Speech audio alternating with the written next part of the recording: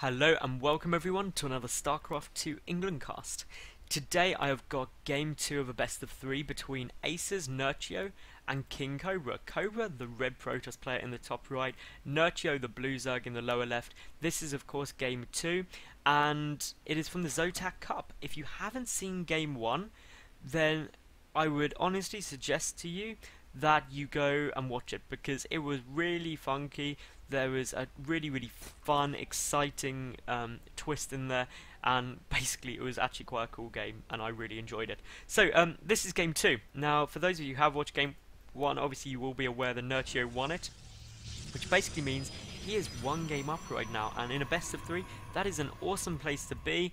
Cobra going for that pylon on the low ground. Now Antigua is a bit of a dodgy map to try and get a fast expand on now, and a little bit of a giveaway here. Nerchio going to say you play macro now after the very good cannon contain out of Cobra. Of course can't go for the same trick because the supply depot is there on this map, so that's a bit of a shame, and that really what we saw in game 1 is why the supply depot was brought in. But Nerchio really thought outside the box, and I think that's why he won. That's the difference between a good player and a great player, if they are able to think of a more unusual way to get around of a problem. Nerchio going for a 12 pull there, so a lot earlier, clearly a bit worried about pressure or anything like that. Doesn't want to basically risk losing to the same sort of stuff that went on in game 1.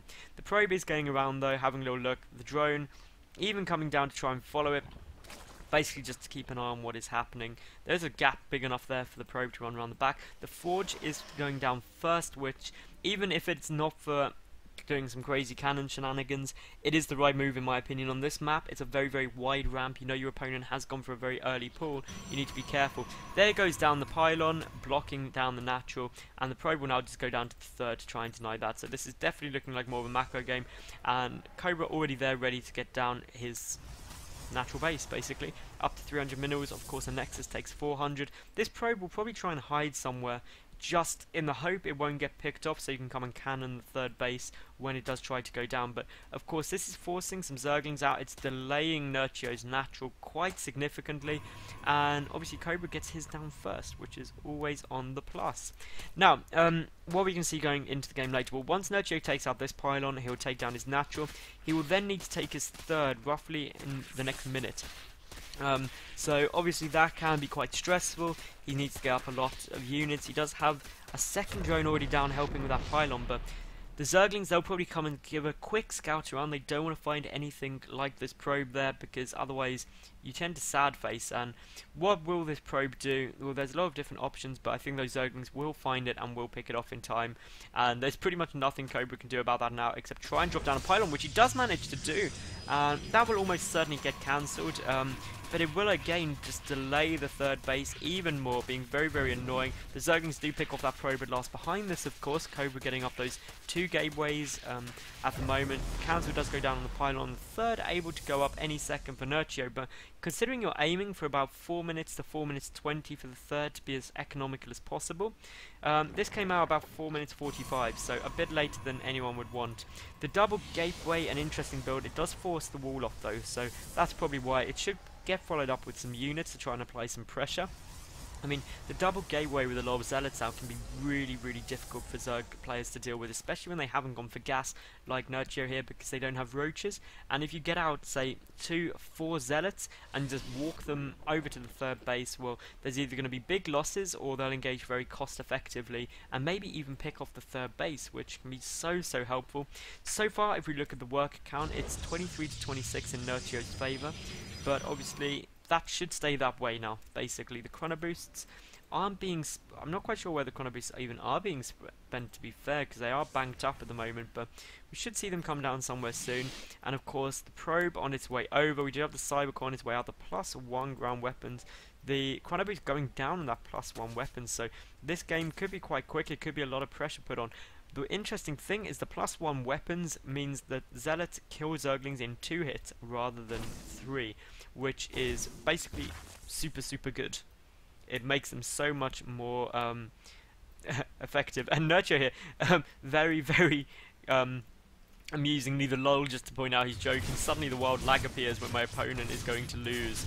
But here we go, we've got an awful lot of Zerglings running in, and the Zealots are going to get taken down, and this is a great defense. The Queen's damage helps so much in order to take out those zealots cost effectively. I mean, over double the resources lost there for Cobra compared to Nerchio, always a good point. The probe getting taken down, and of course behind this we do have Warp Gate Tech coming with +1 on its way, a second photon cannon, so clearly we will see here Cobra a bit worried about what's going to happen. He's getting down that robotic facility as well, and just taking a look in the centre of the map, I mean the worker count 32 to 38, it's definitely in Nerchio's favour. His third base is now up and running as well, and 3 lots of injects is a lot of lava, so he's going to be really in free reign to do whatever he wants.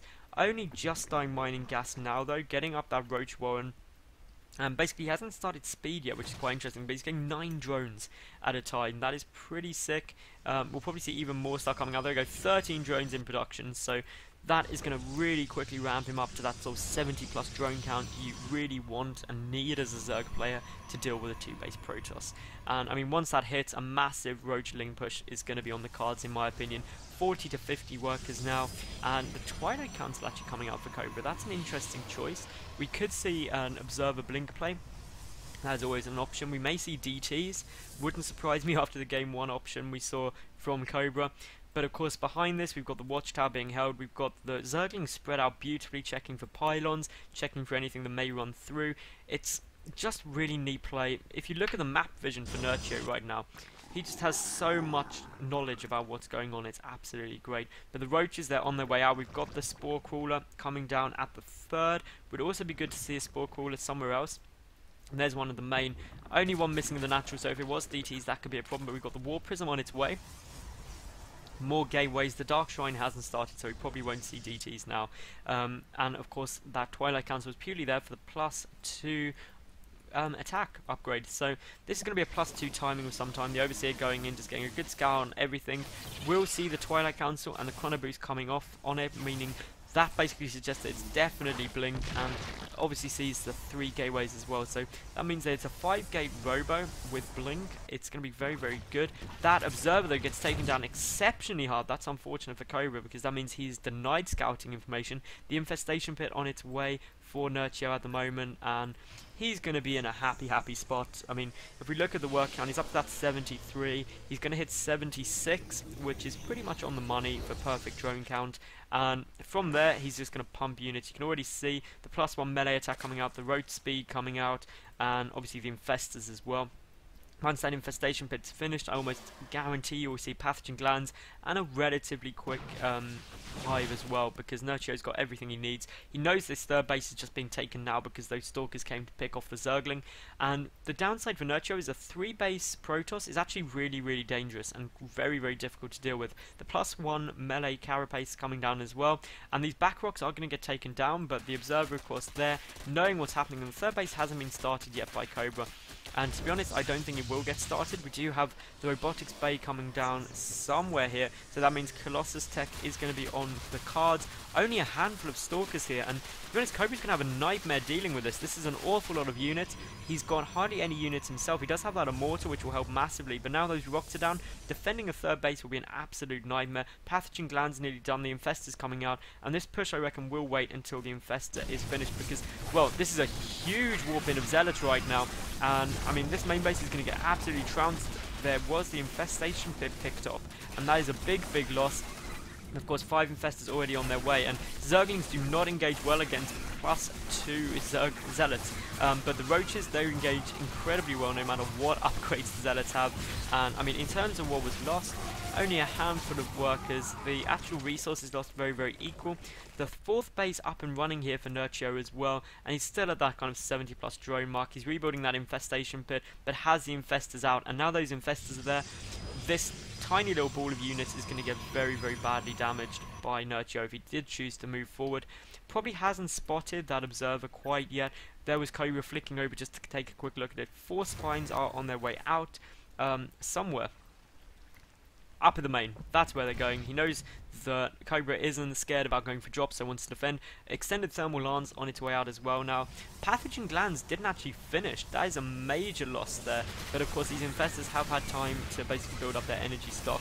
The single Colossus is out.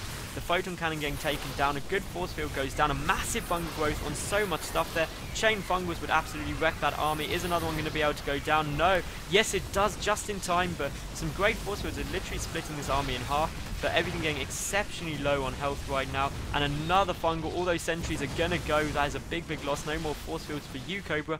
And Nerchio pulling back at the moment, but just flooding with so many Zerglings. And really the Zerglings are going to do okay because there's only the single Colossus out. Until you get up to about 3 or 4, Roachling does engage okay against Colossus because they don't just have the critical mass needed to basically one-shot anything they choose. The third base up and running, of course, there for Cobra, but 4 bases up for Nerchio.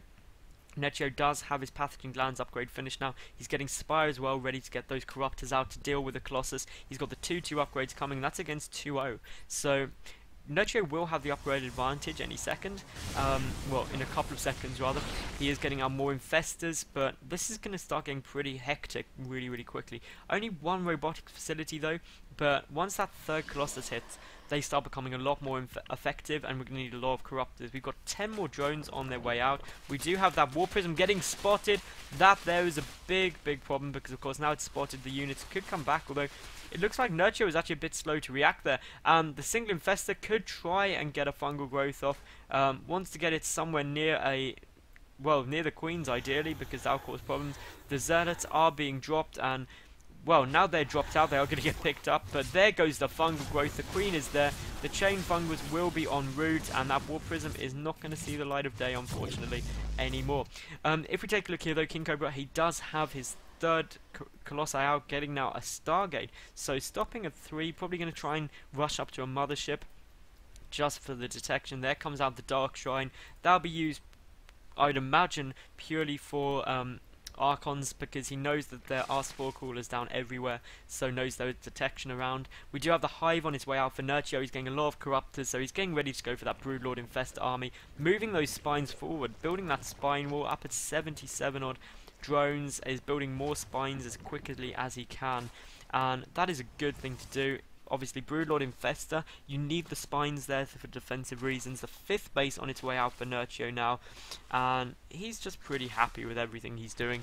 He's got a good number of Corruptors out. If we look at the army supply, 80 to 110 basically, and that obviously puts things very much in Nerchio's favour. We've got the Fleet Beacon coming out, so we're going to see the Mothership, and I mean, this is just so many spines. It's a great move.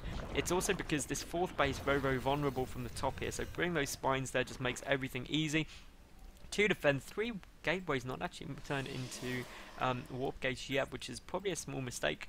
I mean, really, with the exception of this one Zealot and Probe, there's been hardly any pressure put on. There is, however, coming in a big Zealot drop. That's going to head somewhere, but there is a Corruptor there, and those Corruptors, they could do big damage to that War Prism if they do spot it. It could be pretty close. There's also that Spore Cooler there, which will help massively, and here we go. We're going to see that engagement go down already. The Queen coming in as well, and well, not much is going to get dropped out. 2 picked off very quickly, and with the 2 spines and the Queen, the Transfuse absolutely on the money, will deal with this very effectively. Meanwhile though, we've got cannons coming down in an attempt of Cobra to try and take a 4th base, basically. But there's just so much stuff here, and Nerchio is building an amazing spine wall behind this while keeping his drone numbers high. Could do with a round of drones right now. Has a good amount of money. His greatest spire is 2/3 done. But in come all of these Zerglings, and these cannons will be forced to cancel, although only one does get picked off, which is a bit of a loss. We do have the Colossi coming in, but the Corruptors are there. The fungal growths are going off. This is an absolutely huge engagement right now. The first Colossus does fall, and essentially it's all going to come down to how good are the Fungals, how good are the Corruptors. Now there's only 2 Colossi on the field. That's going to cause problems. Infested Terrans getting lobbed as well now, and there's Nerchio with the lead. He thinks he's won, maybe a bit BM in some people's opinion, but to be honest, he has just completely annihilated that army there. He is in such a good position right now. Nerchio clearly in a bad mood, and Cobra being there, why so mannered? So, while playing an Imber race. So there was the GG of Fashions, and it does mean that Nerchio takes this series 2-0. So if you did enjoy the series, please give the video a thumbs up, leave a cool comment, tell me what you thought, and subscribe. I get new top level games up every single day of the week, so I wouldn't want you to miss some if you do like my casting style. And of course, leave comments. What do you think of my casting? That'd be awesome. So, most importantly though, thank you very much for watching, and hope to see you again soon. Bye for now.